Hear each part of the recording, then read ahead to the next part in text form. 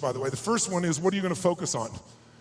And that day, my father focused clearly on the fact that he had not taken care of his family. And whatever you focus on, you're going to feel. In fact, many of us in this room, who's ever focused on something, you were thinking something horrible was going to happen, you experienced the pain of that failure or that challenge in your life, and then it never ever happened. Who's had this experience? Say, I. And if things aren't bad in your life, you can always think of shit that hasn't even happened yet and feel bad in advance.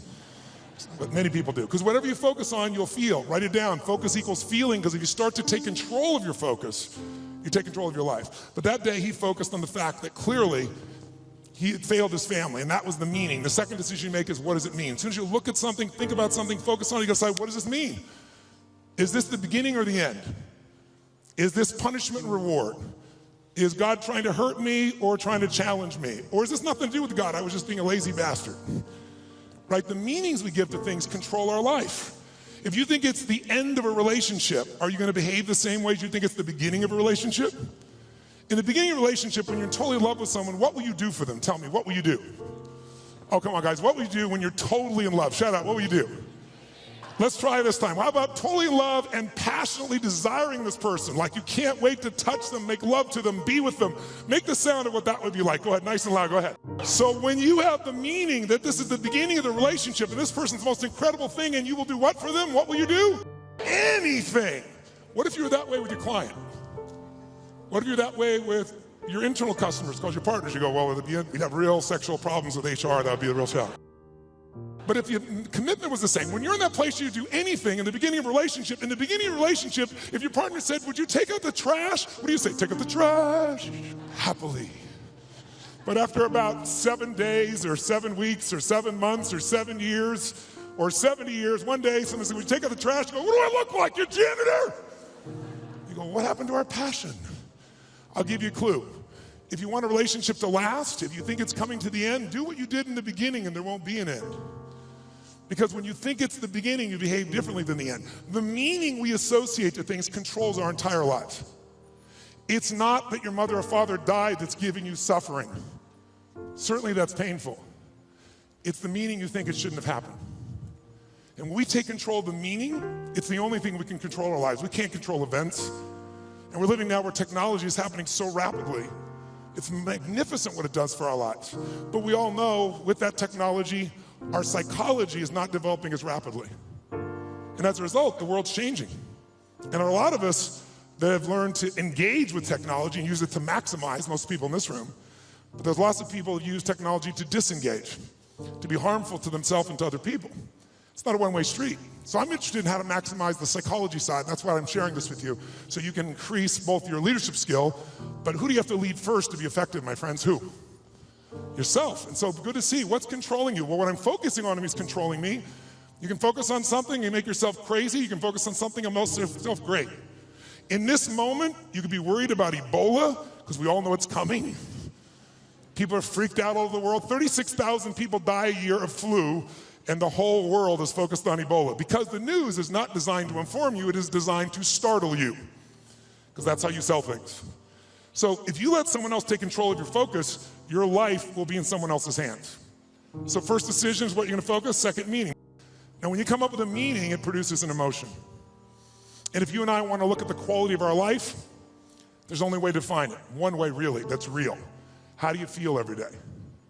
If every day of your life you got $1 billion and every day you feel guilty or angry, by the way, nothing worse than an angry rich man or woman, isn't there? You just wanna slap them, don't you? How do you have the right to be angry? But they find a way.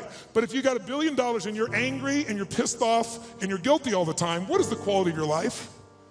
Angry, pissed off, and guilty. If you have nothing, I live in Fiji a portion of the time, I have a home there and a resort there and kind of 2 families of villages there that I interact with the last 25 years. And when you go to Fiji and you walk down the street or you drive by, people jump up and they yell, "Bula, bula, bula," which means welcome, be happy, we love you. And you drive by 5 minutes later and they jump up, "Bula, bula, bula." And you're going like, what drugs are they taking? No one's paying them. But they're so happy. They're in such a different state. They've learned to focus on something else and come up with a different meaning for life. But if the meaning is it's the end, if the meaning is that you're dissing me, if the meaning is you don't care, whatever meaning we come up with, that affects the third decision, which is what am I gonna do? And what people do is based on the meaning, since the meaning creates emotion. right? You can be miserable no matter what you have, and you can be euphoric having nothing. We all know it's true. In fact, is it possible to learn to let, for example, all hell could be breaking loose around you, and you could just be sitting in a chair in this centered space, all hell breaking loose, and you could still feel great? Is that possible? Yes or no? Yes or no? Sure, but you and I live in a Western culture. Well, if you sit and bliss out, people come and take your furniture. So we have to be good at not only controlling the internal world, but our external world. And that's shaped by what we do. And what people do is based on their emotions and also their role models. So I thank you, Mark, and I thank all of you that are role models for people, where you show people that success does not mean taking, that success can mean truly growing and giving. That money, resources, and opportunity are things to be shared. They're things that are tools for a quality of life that you're able to enhance for people and for yourself and your family. And so when I was 17, I've had 2 families. It was like one of the most incredible experiences of my life. I went to the grocery store, I was all excited, saved up all my money, went to the manager and said, I want to feed 2 families, this is what I'm doing, it's not for me, give me a discount. And he gave me 10%, and I thought, cheap bastard.